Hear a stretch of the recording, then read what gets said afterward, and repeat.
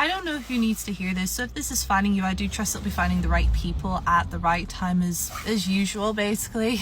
But as always, take it how it resonates and leave it how it doesn't. There's been a definite message that's been coming through, and for the past few days I haven't really felt like picking up my cards to do a collective message, and when I have done it, it's just, I don't know, I'm kind of feeling the desire to kind of freeball a little bit at the minute with the energy that's coming through. But the message that's been coming out is to accept that as time goes on, and the more that you, if you are doing, which I believe that you are, because that's why you're seeing me, that you're actively healing, you're actively choosing to heal and to do the work on yourself, your standards are going to change.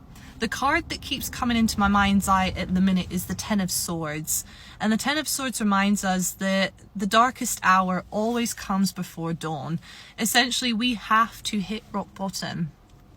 You're going to have to fall. You're going to have to suffer.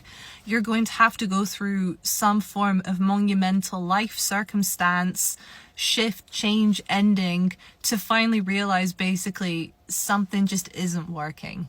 And a lot of us say, you know, oh, it shouldn't take for me, you, anyone to have to get to that point. But sometimes it's kind of necessary to burn your bridges. Sometimes it's kind of necessary to see the underbelly, the dirty, grubby underbelly of yourself and of what's going on in your life, to actually then feel like initiating some form of change. And this has really been coming through for whoever needs it, is that your standards are going to change. The more that you heal, you are genuinely, you are not going to keep tolerating the same things that you once did. You're not going to perhaps feel like being lusted over. That's something that I really am being, like, God has been speaking to me so much about. I used to find it like not even admirable, but like, oh, that's really nice to be lusted over. No, it's not. It's actually not. Because that's not someone who is seeing you for your mind and your soul. That's someone who is seeing you as, what can I gain from this person? What can I access through them? And that's just one of the things that I'm personally happy with sharing, because I think it's something that so many of us in the world need to look at. And I know I'm definitely working through it. And a lot of what I used to tolerate in relationships and used to go, oh, that's totally fine. It's not. Like, it broke my spirit. It belittled me. It sidelined me. And I'm just here to tell you that your standards are going to change, and they must. It would be foolish to go through everything that you've experienced and be willing to entertain the same old ex-partnerships. It would be foolish to go back to that situationship who only wants you for your pleasure. It would be foolish to entertain the same kinds of situations and scenarios again when you've already been there, done that, bought the t-shirt, learned the lesson. You know, it then becomes self-sacrifice. It then becomes essentially, you don't necessarily then get to complain. You're choosing it. You've read the book. You know how the story ends. Don't complain about it then when it then happens. And I know that's like me talking in a more general sense. That's not me talking about anybody with trauma, so please don't like garrot me. I'm talking more about people who know that what they're doing isn't good. Like, if you're trying to, I don't know, like, it's in a more general sense than anything serious, so please don't garrot me for saying that. But whoever is seeing this, your standards are gonna change. Your standards must elevate. And this is not about shifting into a macho energy of, oh, I'm just gonna treat people however I want and have these your standards don't need to be superior or exceptional. They just need to be better. They just need to be healthier this time around. They need to be based off of real life experiences that you've gone through, and to essentially go to yourself, I've learned that now, and I don't want to go through that again. So what do I need to do to not entertain something like that again? And it's kind of funny, like where I'm parked right now, there's a lot of learner plates that are going by, and it's like God is saying to you, Spirit is saying to you, you're maybe going to feel like you've got your stabilizer wheels on your bicycle to begin with, or that you've got your L plates on, and you know, you're trying to drive a gear shift and you're going from second into sixth into first, and it's stalling and you don't know. It's going to take trial and error, and it runs the risk of you being mugged off, of you looking stupid, of you falling on your face a few times. You're going to fall over, graze your knee, cut it, put a bit of stingy Germaline on, the lights have just come on, and then suddenly it's going to click, okay?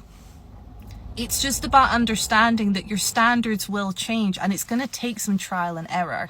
And I know a lot of my messages tend to go on for a while, but I love talking, and I love channeling for you guys, but take it however you need it, that your standards must change.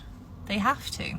Like I said, it would be foolish to go through and to experience what you have done and to think that, well, it wasn't me, therefore I can remain the same. That's childish and it's immature. You need to learn lessons. These people, these scenarios, these situations are also sent for you to learn, not just for you to call that person a man-child and, oh, they need to go and heal. No, you need to heal. Why did you entertain that? Why did you overlook all the red flags? Why did you people please and phone your way through that relationship? Hello? Like, you do have lessons that you have to learn. It's so easy to palm off ownership onto somebody else, but you've got things you need to learn as well. And this may not make sense. Again, you may feel like you've got your L plates on, your stabilizers, you've fallen off. It's a bit clumsy. It's a bit embarrassing. I don't quite know. Yeah, it's going to take trial and error. And one thing that I've learned, and this is just me, I've become far more outspoken. I just say what's on my mind. I ask people questions like, well, what are your intentions with texting me? Essentially, you're just trying to get in my pants, or you're actually trying to get to know my heart and my soul? Are you going to take me out on a date? And it's not about, trying to push people, but it's about going, I'm not prepared to waste my time. Don't slide into my DMs if it's lustful. I'm not interested. I don't really feel like I'm going to meet my husband over Instagram. Do you know what I mean? And for me, I'm learning lessons. I see the red flags early on. I see it in new friendships that I'm making. I see it in situations that I'm entertaining. I'm learning so much through my career, through business, through mentorship, just in the broad sphere of life. Because if you're not learning, it's because you're placing all the responsibility onto everybody else, and that is the most childish and foolish thing you can do. How are you going to grow then? How are you going to actually evolve? How are you going to actually mature if it's everybody else's job, but you're not actively choosing to take from lessons and learn from it yourself? It's like Spirit's giving me an example. If you worked at a coffee shop and it was your job to be like a barista, and someone's making like a frappuccino or some kind of, I don't know, fancy bubble tea, fantastic matcha latte, cinnamon swirl, everything's amazing, pixie fairy dust coffee, whatever the latest thing is, and your colleague does it completely wrong, they completely mess it up, you would then probably just go, oh, well, that's for them to learn from. No, it's also for you to learn from, because you now know what not to do. And you can apply that to every sphere of your life. It's not judging other people, but it's about learning. And we're seeing it all over social media. One of the main things is women coming together to talk about what to look out for in red flags in men. And that's not about bashing men. That's about supporting other people. That's about learning from other people's experience so you can evolve and grow. Learning is so important. And in that, your standards are going to elevate. I promise I'm bringing it back round to a point. Your standards are meant to elevate, because if they don't, you stay stagnant. You stay at the baseline of your own potential. There's a blackbird singing, my favourite bird in the entire world. You are meant to elevate. You need to, like a bird, you need to jump from rooftop to rooftop. You need to try out your soprano and your different operatics and, your different sounds and your different songs.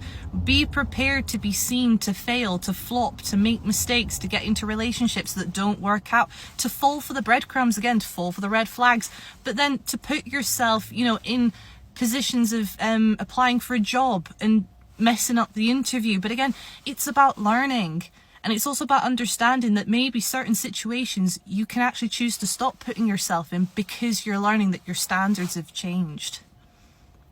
Like, you need to be mature enough now to stop just remaining at baseline.